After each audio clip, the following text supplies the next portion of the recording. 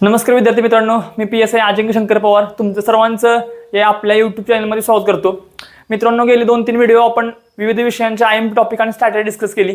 त्याचप्रमाणे 75 दिवसाचं नियोजन काय असावं ते देखील आपण मागे व्हिडिओ बघितला.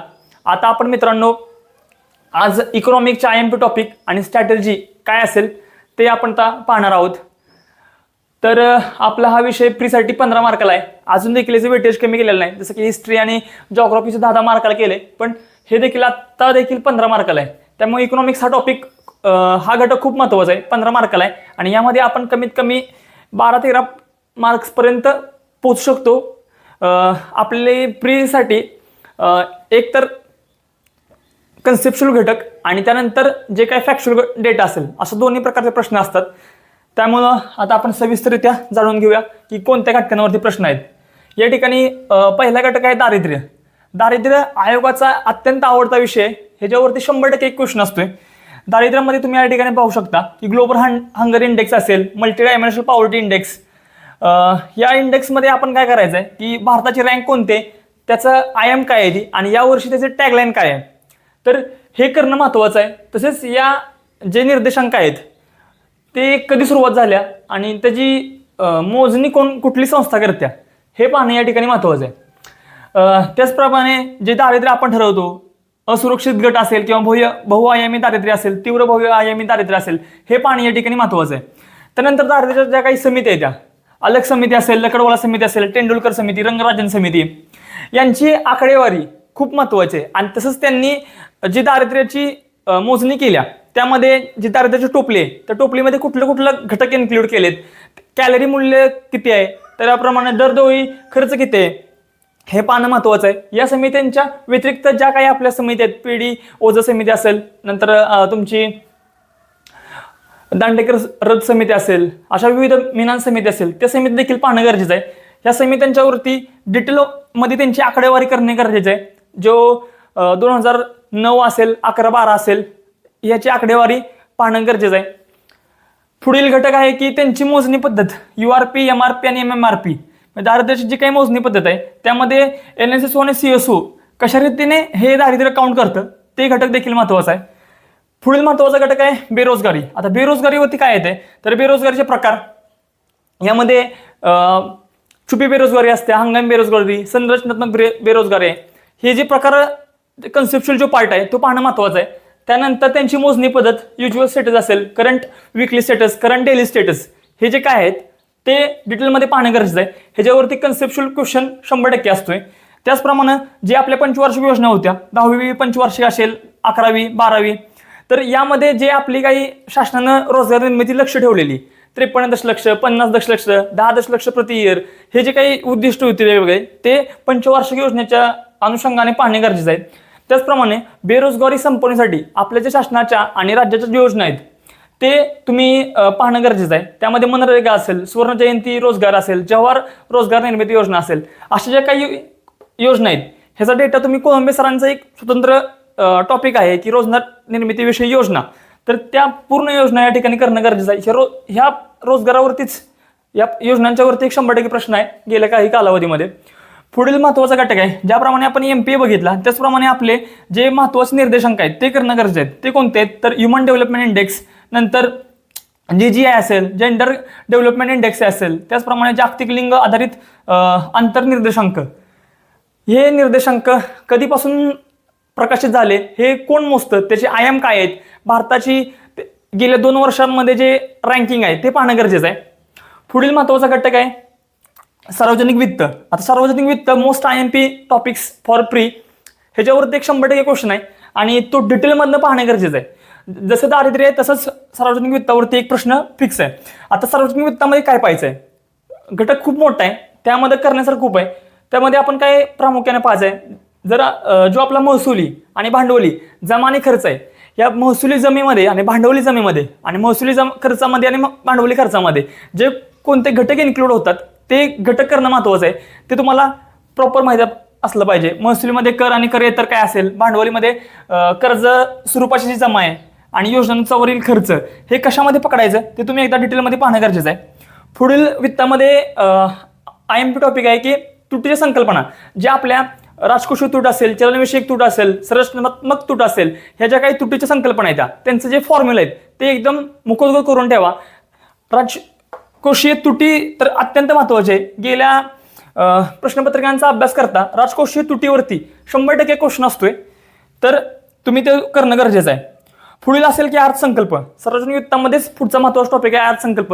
तर अर्थसंकल्पाचे प्रकार जे काय आहेत, निष्पादन, फलनिष्पत्ती, शून्य आधारित असेल, विशेष करून जेंडर अर्थसंकल्प.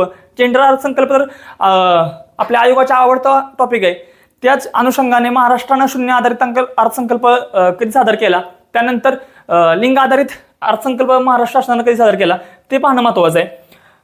त्याची प्रक्रिया काय आहे, अर्थसंकल्प मांडण्याची प्रक्रिया काय आहे, आता ज्या अर्थसंकल्पामध्ये काही सुधारणा झाल्यात त्या सुधारणांच्या समित्या कोणत्या होत्या, अर्थसंकल्पाला ऐतिहासिक पार्श्वभूमी काय आहे, कुणी जास्त वेळा अर्थसंकल्प मांडला. आता निर्मला सीतारामन या अशा पहिल्या व्यक्ती आहेत की ज्या स्वतंत्र अर्थमंत्री आहेत आणि त्यांनी अर्थसंकल्प मांडला गेलाय. तर त्या रिलेटेड ज्या काही फॅक्ट्स आहेत त्या करणं फार महत्त्वाचं आहे.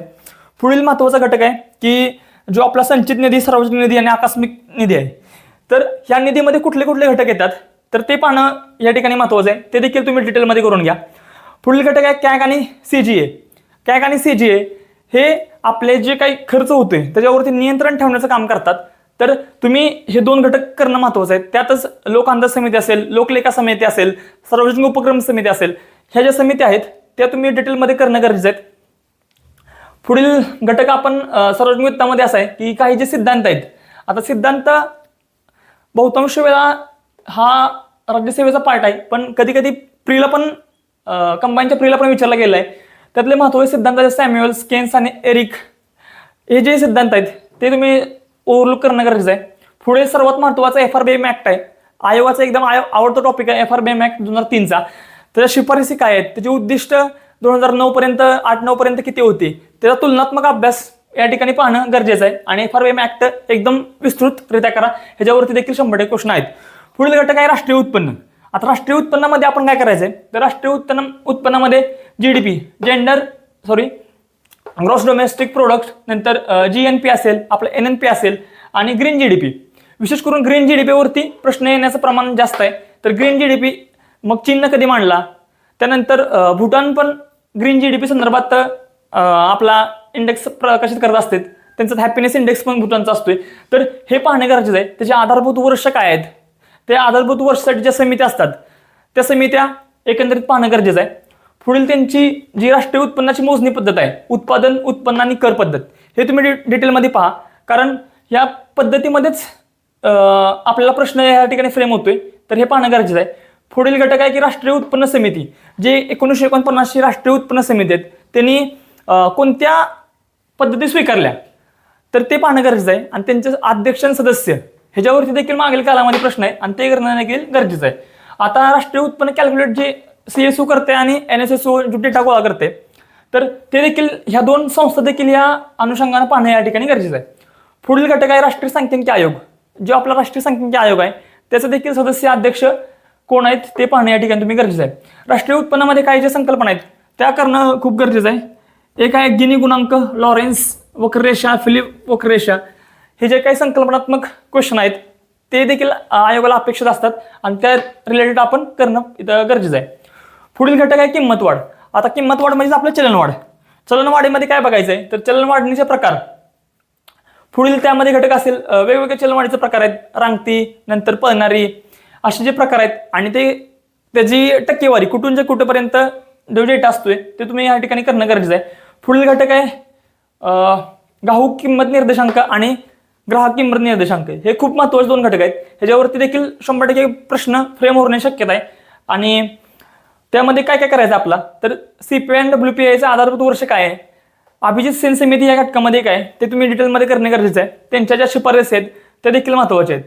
आता किंमत वाढीमध्ये हे झाल्यानंतर पुढील काही संकल्पना आहेत त्या संकल्पना पाहणं गरजेचं आहे. या संकल्पना रिलेटेड क्वेश्चन फ्रेम होऊ शकतो. यामध्ये मुद्रा अपस्थिती असेल, मुद्रा अवपाद असेल, संस्कृती असेल, नंतर गिफ्ट गुड्स ही काय टर्म आहे ते करणं गरजेचं आहे. आणि एंजेलचा जो नियम आहे हे दुर्लक्षित होणारा घटक आहे, पण ह्याच्यावरती क्वेश्चन फ्रेम होतो आणि ह्या विद्यार्थ्यांचा बहुतांश दुर्लक्षित होतो. हे देखील तुम्ही काळजीपूर्वक या ठिकाणी करायचं आहे. पुढील घटक आहे चलन व्यवस्था. आता चलन व्यवस्थामध्ये फार काय करण्यासारखं नाही, पण जे महत्त्वाचे 2 टर्म आहेत, एक नाणे कायदा 2011 आहे आपला, आणि ज्या पद्धती आहेत चलन पुरवठ्याच्या ज्या पद्धती आहेत M1 असेल, M2, M3 आणि M0. पुढचा महत्त्वाचा घटक आहे कर रचना. तर कर रचनेमध्ये आपला काय बघायचं आहे, कर रचनेचे जे काही प्रकार आहेत ते प्रकार, त्याचप्रमाणे या 2 संकल्पना लय महत्त्वाच्या आहेत, इम्पॅक्ट ऑफ टॅक्सेस आणि इन्सिडेंस ऑफ टॅक्सेस. ह्या 2 संकल्पना तुम्ही या ठिकाणी समजावून घ्या आणि ह्याच्यावरती प्रश्न फ्रेम होऊ शकतो संकल्पनात्मकरित्या. पुढचा घटक आहे direct taxes, indirect taxes. Direct taxes कोणते आहेत, इनडायरेक्ट टॅक्सेस कोणते आहेत ते डिटेलमध्ये पाहणं गरजेचं आहे. त्या संदर्भात देखील प्रश्न विचारला जाऊ शकतो. त्याचप्रमाणे यावर्षी चर्चेत मुद्दा एंजल टॅक्स जो शासनाने रद्द केलाय, तर एंजल टॅक्सवरती देखील प्रश्न या ठिकाणी फ्रेम होऊ शकतो. पुढील ह्यातला सर्वात महत्त्वाचा घटक कोणता आहे, तर कर सुधारणाच्या समिती आहेत. राज्याची लेह समिती असेल, विजय केरकर समिती असेल, असीम दासगुप्ता समिती आहे, त्यानंतर एलकेच्या समिती आहे. ह्या ज्या काही समिती आहेत त्या समिती तुम्ही या ठिकाणी पाहणं गरजेचं आहे, त्यांच्या शिफारसी काय आहेत त्या पाहणं गरजेचं आहे. ज्या समितींना जी वॅट प्रणाली लागू करण्याची शिफारस केलेली, तर वॅट काय घटक होता तर ते पाहणं गरजेचं आहे.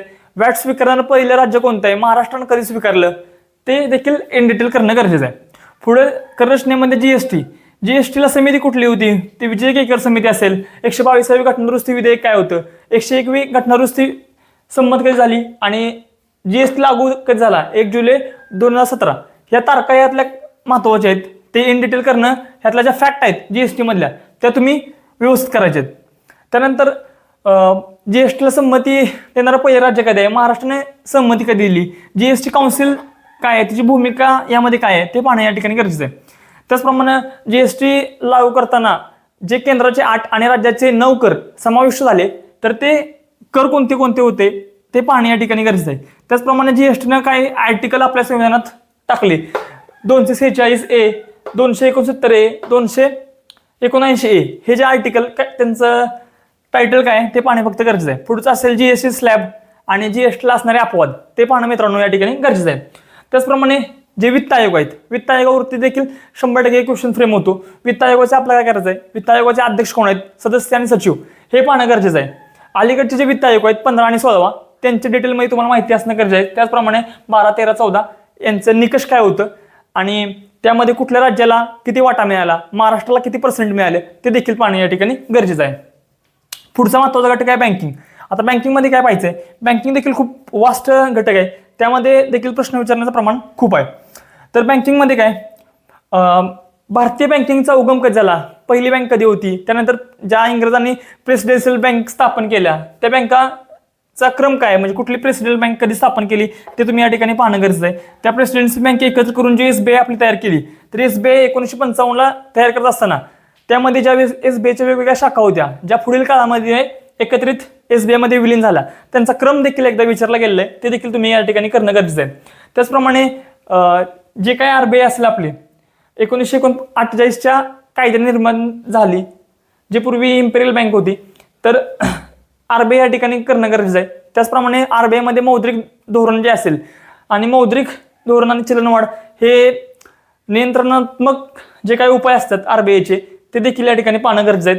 त्याचप्रमाणे बँकिंगमध्ये ज्या ज्या ठिकाणी ज्या ज्या समिती आहेत, ज्या समित्यांनी ज्या शिफारसी करून ज्या योजना अंमलात आल्या किंवा एखादी बँक फॉर्म झाले असेल, तर त्या समित्या तुम्ही एक स्वतंत्र असा चार्ट करून ह्या साईडला सगळं काढायचं आहे प्रत्येक समितीच्या. आता पुढील जे बँकेचं 1969 राष्ट्रीयकरण झालं आणि 1980 राष्ट्रीयकरण, कुठल्या कुठल्या बँकेचं राष्ट्रीयकरण झालं, त्याच्या काही बँक आहेत ते तुम्हाला डिटेलमध्ये माहीत असणं या ठिकाणी आवश्यक आहे. त्याचप्रमाणे ज्या रिसेंटमध्ये काही काही बँकांचं विलिनीकरण होऊन, जसं की बडोदा बँकेत काही बँकांचं विलिनीकरण झालं, युनियन बँकेत आणि इंडियन बँकेत काही काही बँकांचं विलिनीकरण झालं, ते देखील या ठिकाणी पाहणं गरजेचं आहे. करंटच्या रिलेटेड हा प्रश्न फ्रेम होऊ शकतो. त्याचप्रमाणे अनुसूचित बँका काय आहेत, गैरअनुसूचित बँका कोणत्या आहेत, तर त्या पाहणं गरजेचं आहे. त्यात CARR आणि SLR ह्या कन्सेप्ट काय आहेत ते देखील तुम्ही इनडेप्थ करून घ्यायचं आहे. त्याचप्रमाणे पुढील महत्त्वाचा घटक आहे स्थानिक बँका आणि स्थानिक क्षेत्रीय बँका असतील, RRB असेल, पेमेंट बँका, लघु बँका, हे जे काही बँकिंगमधल्या जो कन्सेप्ट आहे आणि ह्याच्यातलं जे काही फॅक्च्युअल घटक आहेत, आता लघु बँकेची नचिकेत मोर वगैरे समिती असेल त्या समिती तुम्ही या ठिकाणी करणं गरजेचं आहे. पुढील आहे घटक अग्रणी बँक योजना. आता अग्रणी बँकेत काय करायचं आहे, जे गाडगिळ क्षेत्र गट आहे किंवा नरीम समिती आहे, त्यातल्या वेगवेगळ्या ज्या समिती आहेत त्या स्वतंत्र असा चार्ट करून तुम्ही त्याचा अभ्यास तुलनात्मक करायचा आहे. पुढे उषितोरा समिती असेल, त्यानंतर सार्वजनिक क्षेत्र कर्ज पुरवठा जी योजना होती तर त्यातली जे कुठले अग्रक्रम क्षेत्र आहेत त्यांना किती वाटा आहे कर्ज वाटपामध्ये ते पाहणे या ठिकाणी गरजेचं आहे. त्यानंतर बँकिंग लोकपाल योजना देखील एक आहे तर 1949ची, तर ते देखील तुम्ही या ठिकाणी पाहणं गरजेचं आहे. आता बँकिंगमध्ये एक नरीम समिती आहे, त्या बँकिंगमधील ज्या सुधारणा आहेत त्या संदर्भात एक नरसिंह समिती आहे, तर ती समिती तुम्ही या ठिकाणी पाहणं गरजेचं आहे. नरसिंह समिती 1 आणि समिती 2 त्यांच्या जे काही शिफारसी त्या ते इन डिटेलमध्ये तुम्ही या ठिकाणी करणं गरजेचं आहे. पुढील महत्त्वाचा घटक आहे WTO, वर्ल्ड बँक आणि IMF. यामध्ये काय बघायचं आहे आपल्याला की आता WTO असेल, जो आधी आपला गॅट करार होता, त्यानंतर WTOचं कसं फॉर्मेशन झालं, त्या ठिकाणी यांची स्थापना कधी झाली, मुख्यालय कुठे आहे, अध्यक्ष आणि टोटल आतापर्यंत सदस्य, एखादा रिसेंटच्या कालावधीमध्ये कुठला सदस्य ऍड झालाय का, त्याच्यावरती देखील या अनुषंगाने प्रश्न विचारू शकतो. त्याचप्रमाणे आता IMFची काही प्रकाशनं आहे ती, तर ती प्रकाशनं पाहणं गरजेचं आहे. वर्ल्ड बँकेची प्रकाशनं असतील. त्यानंतर ह्या ज्या 3 संस्था आहेत यामध्ये भारताचा वाटा किती आहे, भारताला वोटिंग पर्सेंटेज यामध्ये किती आहे ते पाहणं या ठिकाणी गरजेचं आहे. वर्ल्ड बँकेतले जे काही इतर घटक आहेत जसं की IDA असेल, IMF असेल, मिगा असेल, ICSD असेल आणि IBRD असेल, ह्या ज्या संस्था आहेत ह्यांची स्थापना कधी झाली आणि त्यांचं सध्या अध्यक्ष किती आहेत आणि मेंबर किती आहेत या ठिकाणी एवढं पाहणं गरजेचं आहे. पुढील घटक आहे व्यापार तोल आणि व्यवहार तोल. आता व्यवहार तोल यामध्ये सिलेक्टिव्ह टॉपिक करायचे आहे, जसं की परकीय धोरण आहेत आपली रिसेंटचं 2021 ते 2026 जे परकीय धोरण आहे ते तुम्ही पाहणं गरजेचं आहे. त्यातलं काय ठळक घडामोडी असतील ते त्या ठिकाणी पहा. त्यातलं सगळ्यात महत्त्वाचा घटक काय आहे की आयात निर्यात आणि FDI व्यापार भागीदारी देश यांची जी रचना आहे, म्हणजे आयातीमध्ये आपला कुठल्या घटकांची आपण आयात करतो आणि निर्यात कुठल्या घटकांची करतो त्याचा क्रमवारी जी असेल ते तुम्ही या ठिकाणी पाठ करणं गरजेचं आहे. आणि व्यापार भागीदारी देश रिसेंटली आपण अमेरिकेवर भागीदारी जास्त करतो, म्हणजे जे असा काही क्रम आहे तो या ठिकाणी क्रम पाठ करा. FDI मध्ये कुठला देश आपल्यामध्ये जास्त गुंतवणूक करतो त्याची जी क्रमवारी असेल, कुठल्या राज्यामध्ये करतो त्यामध्ये महाराष्ट्राचा वाटा किती या ठिकाणी ते पाहणं गरजेचं आहे. पुढे आहे लोकसंख्या इन डिटेल मी एक लोकसंख्येचा अभ्यास कसा करायचा ह्याच्यावरती व्हिडिओ बनवणार आहेत. या इकॉनॉमिकच्या अनुषंगाने सध्या तुम्ही राष्ट्रीय लोकसंख्येचे धोरण आहे 2000चं ते इन डिटेल करणं गरजेचं आहे. बाकी आपण पुढील स्वतंत्र व्हिडिओमध्ये लोकसंख्येचा अभ्यास करूया. त्याचप्रमाणे चालू जो अर्थसंकल्प असेल, आता जो हंगामी अर्थसंकल्प मांडला गेला किंवा त्याच्या आधीचा अर्थसंकल्प असेल त्यामध्ये महत्त्वाचं कुठला टॅक्स रद्द केलाय का, एखादा टॅक्स ऍड केलाय का किंवा विशेष काही योजना अर्थसंकल्पामध्ये मांडल्या का, तर त्या अनुषंगाने देखील या ठिकाणी प्रश्न विचारणं जाऊ शकतो आणि विचारलं देखील आहे मागल्या वेळेस, तर तुम्ही या ठिकाणी हे करून घ्यायचं आहे. त्यानंतर पुढील महत्त्वाचा घटक असेल MDG आणि SDG. आता MDG आणि SDG हा राज्यसेवेच्या अनुषंगाने घटक आहे, पण मेन्सला किंवा प्रिला देखील कधी जोड्या लावायच्या संदर्भात आपल्याला हा प्रश्न येऊ शकतो. त्यामुळे हे काही फार मोठं नाही. MDG 8 आहे आणि SDG 17 आहे ते एकदम तोंडपाठ करून घ्या. त्याची काही ट्रिक आहे ते येणाऱ्या काळात आपण आपल्या व्हिडिओवरती युट्यूबवरती टाकूच चॅनलवरती. पुढील घटक आहे पंचवार्षिक योजना. पंचवार्षिक योजनामध्ये काय करायचं आहे, ज्या पंचवार्षिक योजनामध्ये जे महत्त्वाचे पहिल्याच्या 4 पंचवार्षिक योजनेत कुठले कुठले प्रकल्प आपण निर्माण केलेत, जे मोठे अवजड उद्योग वगैरे त्यांची स्थापना केल्या ते या ठिकाणी पाहणं गरजेचं आहे. त्यानंतर सर्वात जास्त ग्रोथ कुठल्या योजनेची झाली, सक्सेसफुल योजना कुठल्या येत्या, अनसक्सेसफुल योजना कुठल्या येत्या ते या ठिकाणी पाहणं गरजेचं आहे. त्यात विशेष करून 11वी आणि 12वी पंचवार्षिक योजना इन डिटेल करा. बाकी ओव्हरलुक केलं तर चालतंय. या ठिकाणी मित्रांनो हा व्हिडिओ थोडा लेंदी झाला, पण इकॉनॉमिक्सचे आपण इन डिटेल या ठिकाणी टॉपिक डिस्कस केलेले आहेत. राहिलेले जे काही विषय आहेत ते येणाऱ्या व्हिडिओमध्ये आपण कव्हर करूया. तुर्तास आपण या ठिकाणी थांबतोय. जे तुम्ही प्रिव्हियस व्हिडिओला जसा सपोर्ट केला तसाच या व्हिडिओला सपोर्ट करा. आपल्या चॅनलला नवीन असेल तर सबस्क्राईब करा